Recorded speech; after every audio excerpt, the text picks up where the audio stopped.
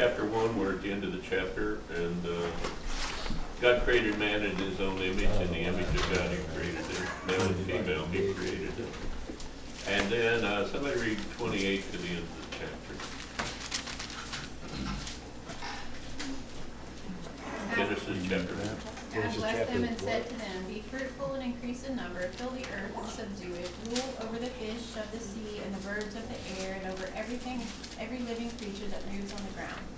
Then God said, "I give you every seed-bearing plant on the face of the whole earth, and every tree that has fruit with seed in it.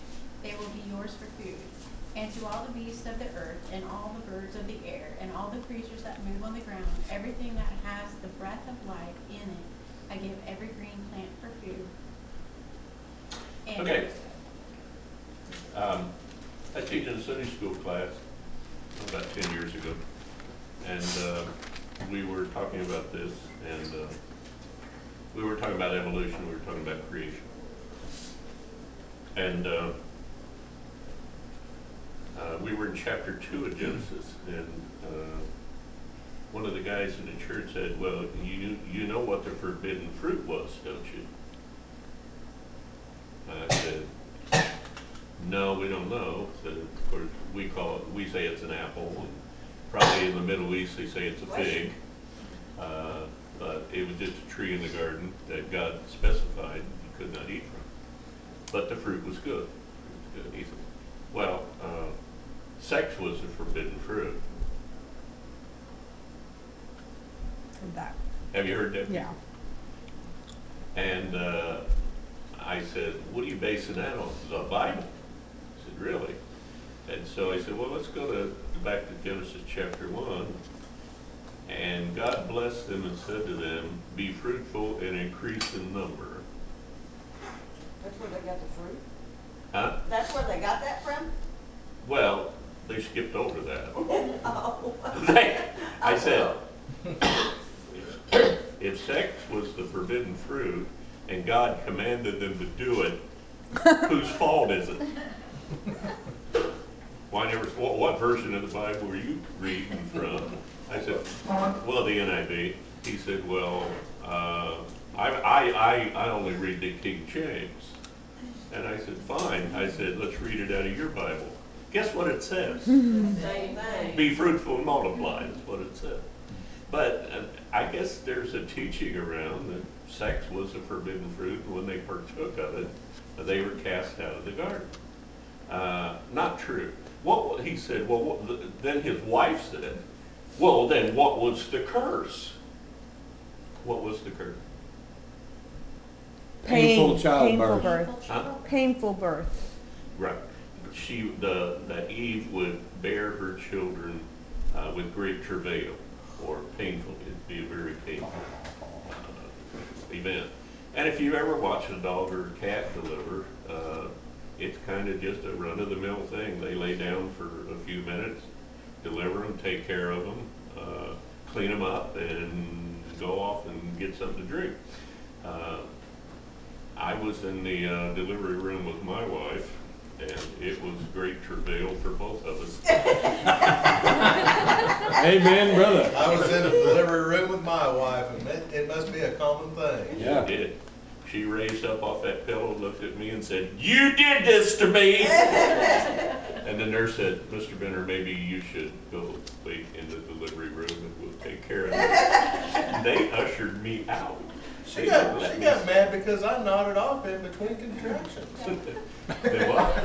what is wrong Her with you? contractions were like 10 minutes apart. You can fall asleep. And I was like trying to power nap. You know, Yeah, right. everything was cool. I drew That shit's blood. have concerned. Well, anyway. Yeah, I was He tired. had his hand too Anyway, close the to my curse, mouth. the curse for Adam was that he would harvest by the sweat of his brow, and the thistles and the bugs would oppose him in his efforts.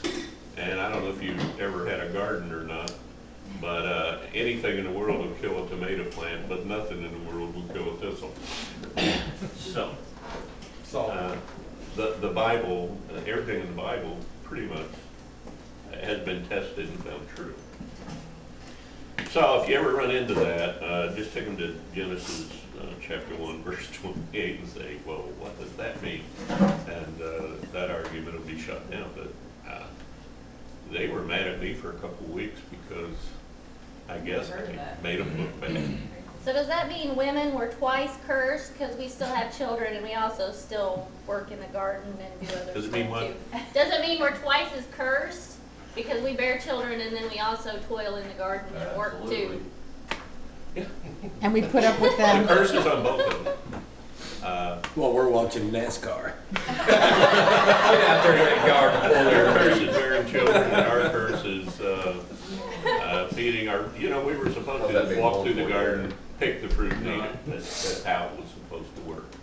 And if you've ever owned a garden, it is an endless fight to take care of the Johnson grass and the thistles and whatever. They just won't die. But with tomatoes, I think a swarm of locusts could fly over them and they'll turn brown. It's just crazy. Okay, so God said, what's our job? Be fruitful and multiply. Be fruitful and multiply. Rule over the fish of the sea and the birds of the air and every living creature that moves on the ground. Okay, that's the second phase of that. That's our second command. What's he mean by rule over them? Eat them. What? Eat them, ride them, make them. Actually, there's Work no for you. evidence in the Bible that any meat was eaten until after Noah. And it says right here, I give you every seed-bearing plant on the face of the earth, and every tree and its fruit with the seed of it, and they will be yours for food. And to all the beasts of the air, and the birds of the air, and the creatures that move on the earth, everything that has breath and life, I give every green plant for food, and it was so. Prior to Noah, there's no evidence that we ate meat. Now, I'm not saying they didn't, but there is no evidence anywhere prior to Noah that anybody ate meat or that animals ate meat. It clearly says here that he gave everything that had breath in it green plants to eat. Then after Noah, God put the fear of man in the animals' hearts, and they shied away from it. And if you've ever tried to hunt deer, they know 3 days before hunting season opens. They just disappear. Yeah, they're in my garden every morning until hunting season opens, and then I take my gun out and they're gone. They have this sense of dread, I guess, that lets them know when danger rises. Because I see them all summer long. I see them everywhere all summer long. And then hunting season opens and they just disappear. They got it marked on their calendars. But They got it marked on their calendars. they were marked. They have an instinct for it for sure. Now before there was a harmony between man and animals, and Noah didn't have a bit of trouble getting every species on the ark. They just came as they were called, and it says that God sent them. But they didn't have any problems being cooped up with men. Animals didn't have any fear of man at all. And it says here that man was supposed to take care of the animals. Which is, and I brought it up a couple of times, I'm not going to bring it up again, but evolutionists run around and try to fulfill verse 29 and 30 all the time. Oh no, let's save the whales. Oh no, let's save the spotted owl. Let's save the little green frog in Arizona. And the Bible says we're supposed to take care of those things, and they're not supposed to go extinct. But evolution says that as the species evolved, it will split, and one half of the species will evolve and become dominant, and the other half of the species will die out. Now, if I was an evolutionist, and I was to see the condor dying out, I'd jump up and down and say, see, there's proof, it's true, it's true. If you can't keep up, you die out. Well, that's not the Bible. See the hypocrisy in that? Number one, they're saying they evolve, they split, and half the species will die out. And then on the other hand, they're saying, let's save the whale. Hey, if the whale can't keep up, let him go, right? No. Since we're supposed to take care of him. So they're trying to be Christians and evolutionists at the same time. I'd just rather be a Christian, not have to worry about being an evolutionist.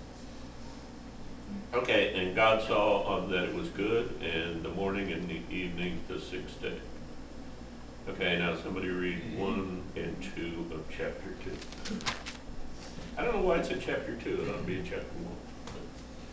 Thus the heavens and the earth were finished, and all the host of them. And on the seventh day, God ended his work, which he had made, and he rested on the seventh day from all his work which he had made. Okay, on the seventh day he rested.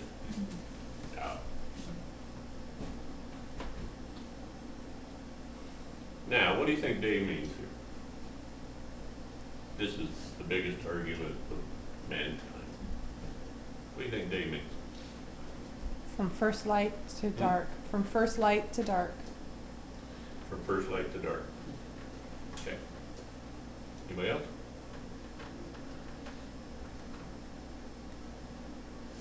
Okay. The word day in Genesis means a heavy burden. In other words, he chose something to do on day one, and he worked through it diligently until he got the job done. And it, more than a period of time, it's talking about a job, a task. Okay. It also means, if you go down, it also means a period of time specified by something. Okay. And specified by what? Well, it said, after each one of these said, and there was evening and there was morning of the third day. So it's probably talking about a very short period of time. And we also looked at photosynthesis and plants and the symbiotic relationship between humans and plants. The plants can't survive unless we're exhaling carbon dioxide, and we can't survive unless the plants are exhaling oxygen. Okay, and in a very, very short period of time, we would die out, or the plants would die out, if that relationship isn't balanced and isn't there. And you see it on the side of mountains. How do you see it on the side of mountains? Well, the oxygen's thinner. Huh? The oxygen's thinner, Okay. so there's not enough oxygen for the plants to take in. Okay. And what happens at the top of the mountain? You don't see any vegetation. There's no vegetation. No vegetation. Now, it has something to do with the temperature too. But if you get high enough on a mountain, there is no vegetation up there because there's not that balance. There aren't any people up there. And the plants don't survive above a certain level. And part of the reason they don't is because of the imbalance of the oxygen and carbon dioxide. Carbon dioxide is heavier than oxygen. Okay, so it hovers closer to the earth than the oxygen does. And even if you get up there high enough, like Mount Everest, a lot of times they wear oxygen masks to get to the top of Mount Everest. That balance is not up there, and so you don't find humans hanging around up there very much. And if you do, they have huge lungs because there's just not enough oxygen up there to survive, and there's not enough carbon dioxide up there to survive. So you see the absence of it. They're not there. The balance is not there, and so everything lives down where the balance is. Can we destroy the balance? Sure can. Sure can. That's why they've been on their big Save the Whale campaign. Save the whale campaign? Because the balance was disrupted. You had too many white hunters that was slaughtering the whales for Greed. for their product, for the money. Yeah. Just for the money. Okay? Same with the buffalo and But And in that instance, you're correct. But can we damage creation so badly that nothing will be able to exist upon the earth? No, Can man do that? no. I gotta know. I gotta know. I got some blank stares. Is that Josh? I don't know, that's kind of, I mean, to some extent, but I don't know totally if I don't, the first thing that comes to my mind, of course, is nuclear assault and nuclear holocaust, which we're yet to experience that. But then again, we dropped the A-bomb on Hiroshima and Nagasaki, and both of those areas now are recovered, more or less. And the area where the You know, even Chernobyl is recovering. yeah, and the Japanese thing where the tsunami took out the plant, they're moving back into those houses. Nature pretty much takes care of itself. You remember the Valdez oil spill? Mm-hmm. And we spent $4.6 billion to clean up the mess. We cleaned up 300 yards of beach. You know what took care of the rest of the oil spill? Nature. The oil coagulated out there, the sea and the salt water and whatever, and it washed up on the shore, and they scooped it up and turned it back into crude oil and sent it down to the United States. Nature pretty much took care of the rest of it. Now, there was damage done. And I told you last week about the Bikini Island. We dropped the bomb, and 10 days later they went in and everything was starting to turn green again. God created nature in such a way that it would exist. To say that we can infringe upon God at all is very, very arrogant on our part. Now, that doesn't mean that we should overkill the whales. That doesn't mean that we should let greed destroy the environment. We should clean up the smokestacks.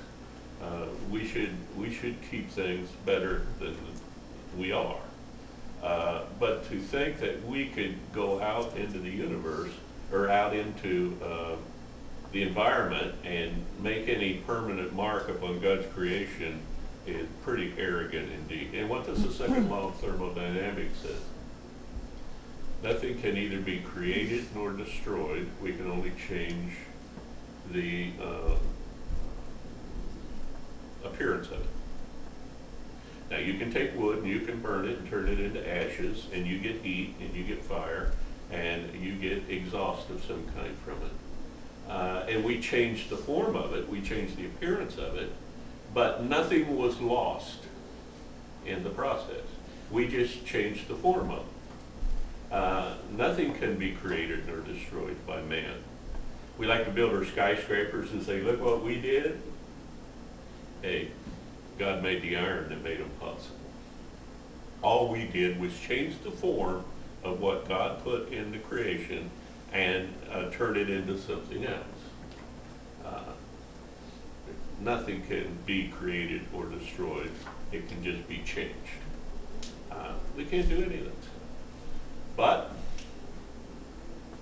there is a verse in Matthew that says that Jesus Christ will return lest we permanently damage it all. So even if we get to the point where we can permanently damage something, God's going to put an end to it.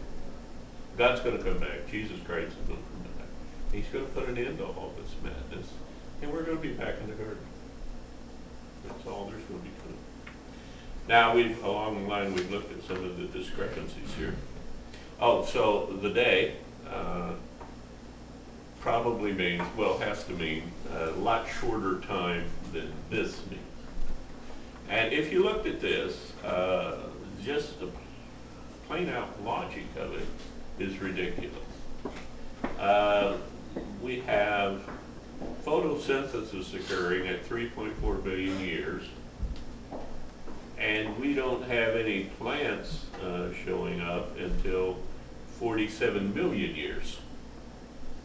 So what is carrying on the process of photosynthesis for 1.5 billion years before the plants are created? We have animals and fish created before the land plants. The fish and multi-cell life and sexually reproduction is 1.2 billion years. Multi-cell life is 1 billion years. Animals at 6 million years. Bilaterals at 550 million years. Fish at 500 million years. And then plants occur at 475 million years. God said that all the plants were created to feed the animals and to feed us. Okay? And when were they created in the Bible? Before we were created. Remember the logic? First you have to have light, then you have to have water, then you have to have plant, then you have to have habitat. God followed that to a T. Evolution turns it exactly backwards, and thousands of children, of our children, are going to college and learning and passing the test and not asking a question. When I went to school, in high school, I had to take either logic or psychology, because they taught you how to think. Those are absent from the schools today, because I'm getting to the point where I think maybe our government doesn't want us to think anymore. Got that one right. Got that one right. And I just really think that's their goal. Just have a bunch of obedient people who will do anything and believe anything they tell us. If you can believe this, it takes a lot more faith for me to believe this than it does for me to believe this, because this makes sense and this is totally ridiculous. How can you have the plants before? Have you ever seen a lake? They had a kind of a bluish green look because they went out there and they put that chemical in and they killed all the weeds. Have you ever fished one of those lakes? Yeah, it's not any good. Huh? It's not any good. There are no fish in those lakes over about 2 inches long. And they never get any bigger than that. Because you have to have that symbiotic relationship between those fish. And there has to be plants there. And there have to be fish there. Or the two can't live together. If you take one out, if you kill all the plants in that lake, the fish will never get any bigger than 2 inches long. And they probably don't live over 2 or 3 years. But if you have a good, healthy environment in that lake, you can catch 10-pound bass out of those lakes on a regular basis. I caught 20-inch walleyes in Patoka last summer, and they were just as good as the Canadian walleyes. But you've got all this plant growth, you've got all these weed beds, you've got all this activity for the two to work together to create a good environment for both, right? You kill those weeds so they don't get in your crop and whatever, and you better let water skiing because the fishing's going to go to pot in a heartbeat. This makes sense. This doesn't make any sense at all. Then let's look at the plant life. We have land plants at 475 million years, but we don't have insects and seeds until 400 million years. For 75 million years, the plants grew on the face of the earth and reproduced without seeds. And pollination. Huh? And pollination. Yeah, exactly right, the insects. And the animals And lived pollination. before then with nothing to eat. And what? And the animals lived for how many billion years with nothing to eat? Yeah, with nothing to eat. 1.75. What does it say when he created the when he created the plants.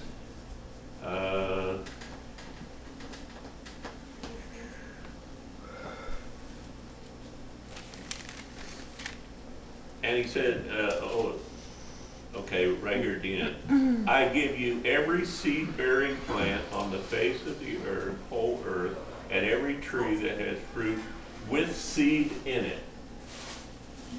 Now, which makes more sense? He created the plant with the seeds and the fruit with the seeds in it, or plants thrived on the face of the earth for 75 million years without any seeds? Well, how do you keep getting more plants then? Yeah, good question. And somebody ought to be sitting in a classroom saying, how do we get more plants? It gets worse. Then you got the seeds. And then at 130 million years, we have flowers. Where do the seeds come from? Where do the seeds come from? The insects pollinate the flowers, and the flowers give us the fruit, which contains the seed. That's what the Bible says. That's what we see in my apple tree every single year. Okay? But this says, according to this, that 370 million years went by between the seeds and the flowers came last. Duh. That's not. But every plant has a flower on it and blooms. Yeah. But not according to this. Oh. Okay. The day thing, the Bible's not specific. It also does not say it was 24 hours, but it does say morning and evening after each one, so it's probably specifying a short period of time. Okay? But for me to tell you that it was a 24-hour day, I'm not going to tell you that because the Bible doesn't say that. And I'm not willing to add to it. I think one day we'll find out it probably was. He's God. If he wants to speak the stars into existence, it would take him just about that long to do it. Okay? And I can live with that until I get to heaven and find out what actually happened and how long it actually took. We've also got this situation where God knows no period of time. In his existence, it could have been 1 million years, but in our existence, it could have been a day. Because 1,000 years to him is like an hour, and an hour like 1,000 years. He has no concept of time. So while he's doing this, there could have been a standstill between the one and the other. There's a lot of ifs. And I don't have that information, and the Bible doesn't give that information, and I'm not asking these people about it. That would be just ridiculous. And we better go upstairs and we're going to do something. If you have any questions on this, bring them next week, and we'll follow it up. Otherwise, we're going to be doing communion.